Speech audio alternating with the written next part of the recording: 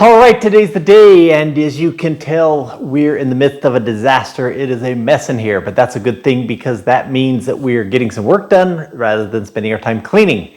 And today we're looking at actually taking the car apart again and doing some of those fixes that we've been talking about in other videos. A lot of people commented and, well, maybe persuaded me. I think I was already going that way, but changing the windshield, taking that rubber trim off, and we're going to take a look at that. Also, I looked at the Footwell and I've been working on the idea that I could adapt that thing. Took a real careful look at the steering rack and amount of travel I've got, and I do have enough room in there, and I'll show you that. That room is going to allow me to expand the Footwell out. You're going to take a little adaptation, but we're going to take a look at the beginning of that as well. Let's go see what we did.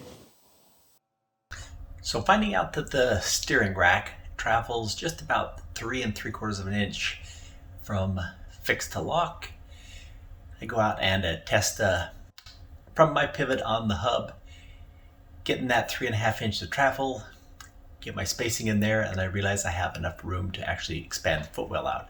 So what I'm going to need to do is right where this bracket is, take that bracket off and make that bracket so it actually extends further out from this point, and make it so that I can move that tube over.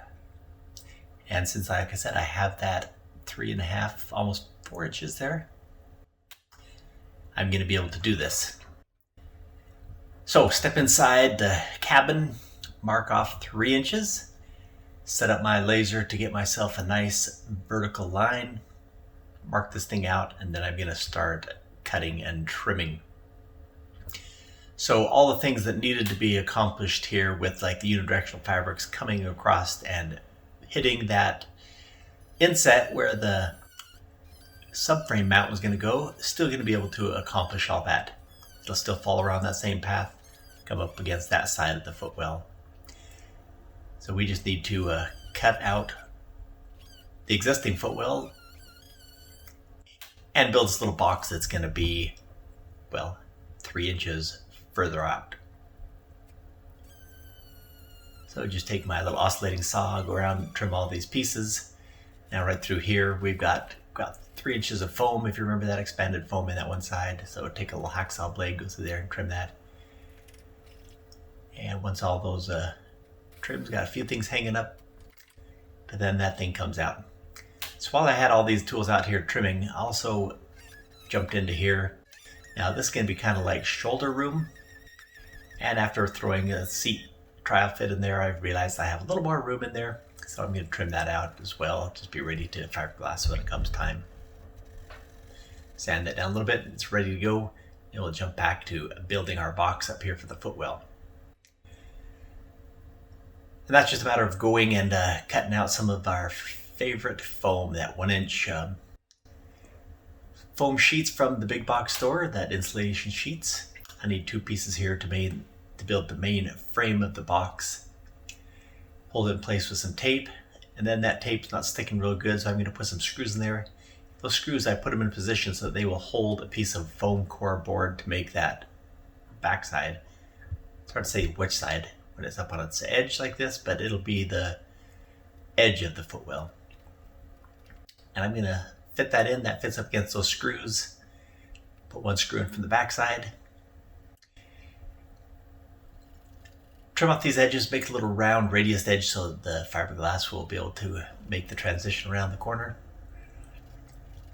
Sand those, get ready to do our laminations.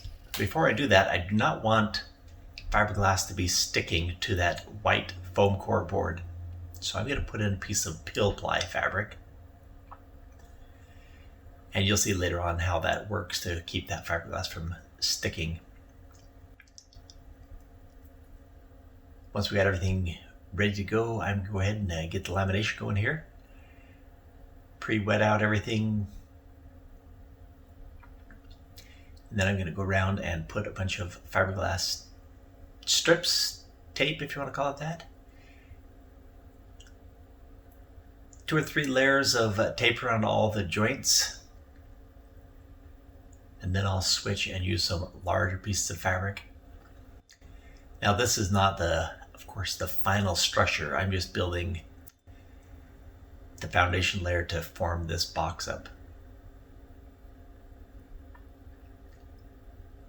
Like I said, I got some layers of tape on there. Now go to some bigger fiberglass sheets. And each one of those will come and make the transition. This one covers our foam core, comes down, laps over both joints on that piece of insulation, that foam that we put in. And then I'll switch over to another larger piece of fiberglass cloth, and I'll just go the other direction. Next piece will lap over the corner, come up, cover the fiberglass tapes that we had. Also a little cutout to go around our tubes that we've got going through the tub, our little conduits. In the end, I'll actually wrap those with fiberglass, build up layers around those, and we'll basically encapsulate them a little bit more than the last time.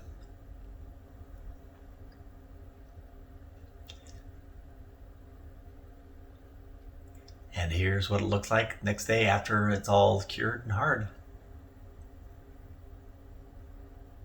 So, gonna put it down and go inside and peel out that peel ply. And it is stuck on there pretty good, so a pair of vice grips, grab hold of that stuff and just tear it away.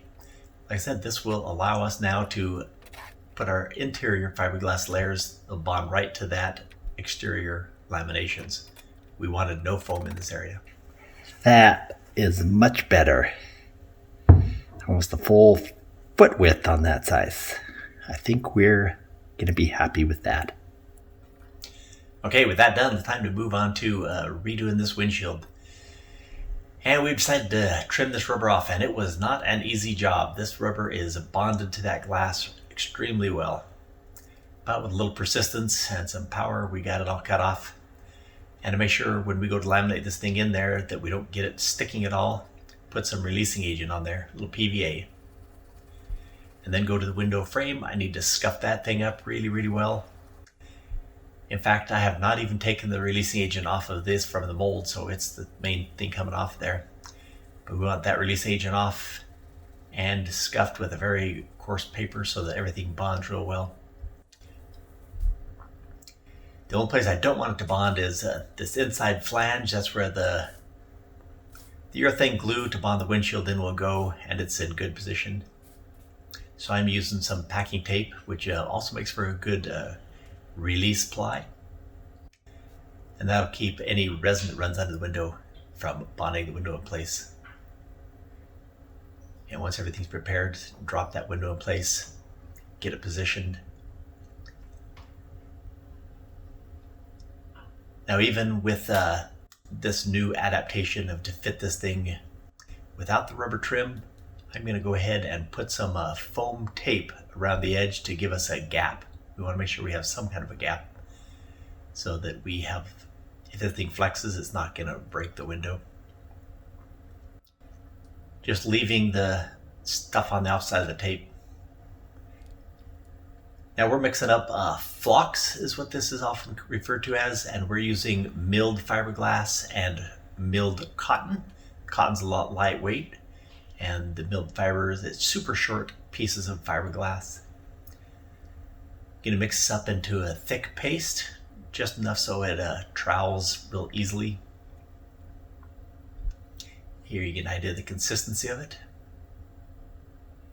Still sticky enough to you work it in, make sure that it fills all the voids.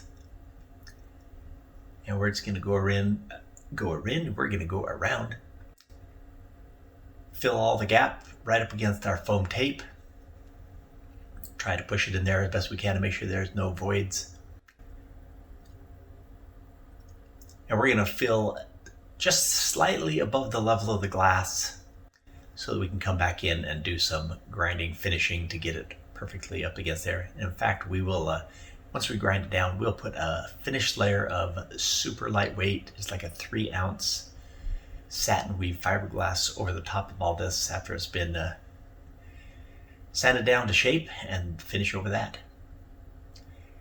And to get an even better surface, I mixed up one more batch of the flocks, but this time I made it a lot thinner. The trowel was tending to drag on the thicker stuff and pull out of its position, so mix up a thinner, runnier one and smooth it out. It looks beautiful. And here it is in its finished form. Like I said, ready to be finished. Well, that's a wrap of this week, and as you can tell, we've done some changes. We will get this place cleaned up because we do have some other good projects coming along. As you can see, in these projects, I didn't quite finish them because that's the way things are going lately, getting lots of things, just jumping from here to there. A couple of those will be wrapping up, and I will be bringing those to you very soon. Anyway, thanks for coming by today, and come back and see us again.